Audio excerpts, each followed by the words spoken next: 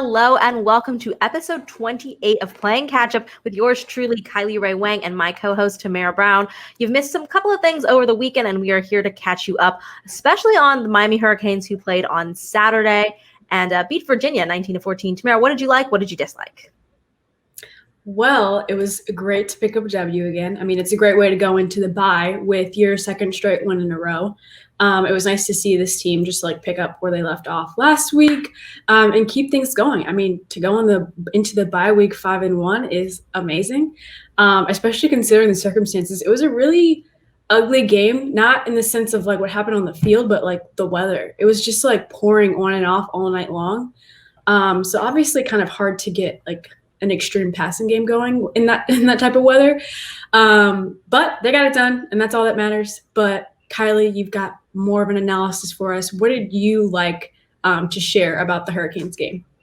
Well, you mentioned the passing game. It did have a little bit of struggles, but nothing that really held them back. Derek King was 21 of 30 for 322 yards and a touchdown. Now, the Canes scored in the first 25 seconds. Their second play of the game was a touchdown. So that started them off on this great, amazing run, you would think.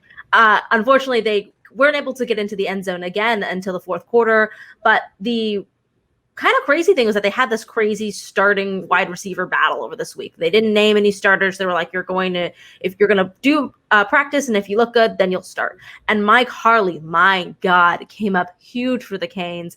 10 receptions for 170 yards and a touchdown. I think that's the most yards a Kane has had since 2014 when Philip Dorsett had 100 and something. It was amazing. Once again, tight end Brevin Jordan was out. He's still dealing with that shoulder injury versus Clemson. On the flip side of things, the defense was a little bit sloppy. Virginia's now a 1-4 team, so it should have been a little bit better. The rushing game was okay. 122 total rush yards, which is nothing, to scoff at, but running it up the middle did not work at all for the Canes, and they kept trying to do it. Even with the win, the Canes did drop to number 12 in the rankings, and they are looking at a more formidable matchup after this bye versus NC State. Yeah, it's honestly pretty interesting, I guess, with the Big Ten entering the picture, especially when you have a situation like Indiana coming out and beating Penn State. I think there were a lot of crazy shifts in the poll. But it's going to be interesting to see how the poll just continues to move around as, conferences continue to enter the picture.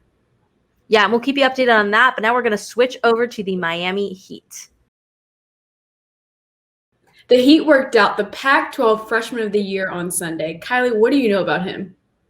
Not much. He's a 19-year-old Arizona forward. His name is Zeke Nagy. He averaged 16 points per game and 8.6 rebounds last year. He shot 57% from the field and 76% from the free throw line, which is en route to his Freshman of the Year honors. The Heat worked him out. Doesn't mean that they're going to draft him. They've got a couple of names in the works. We've reported previously that they have had Zoom meetings with other guys, so we'll see. But he appears to be in the running for the Heat's 20th draft pick. We have some great news coming out of this team who only has a couple games left on the schedule. Kylie, do you want to give us the play-by-play of what happened in that game? Yeah, Inter Miami finally managed to do something that they've kind of been struggling to do all year. They beat Orlando City 2-1. They have beat them before, but this one was a very nice win, especially since they're looking for a playoff spot right now. They beat them on Saturday to end Orlando's 12-game unbeaten streak. One of those goals in the 2-goals game was from an own goal from Orlando City. That's Orlando City center Robin Jansen. And then the other goal was Leandro Gonzalez-Perez came up big in the 89th minute to win the game.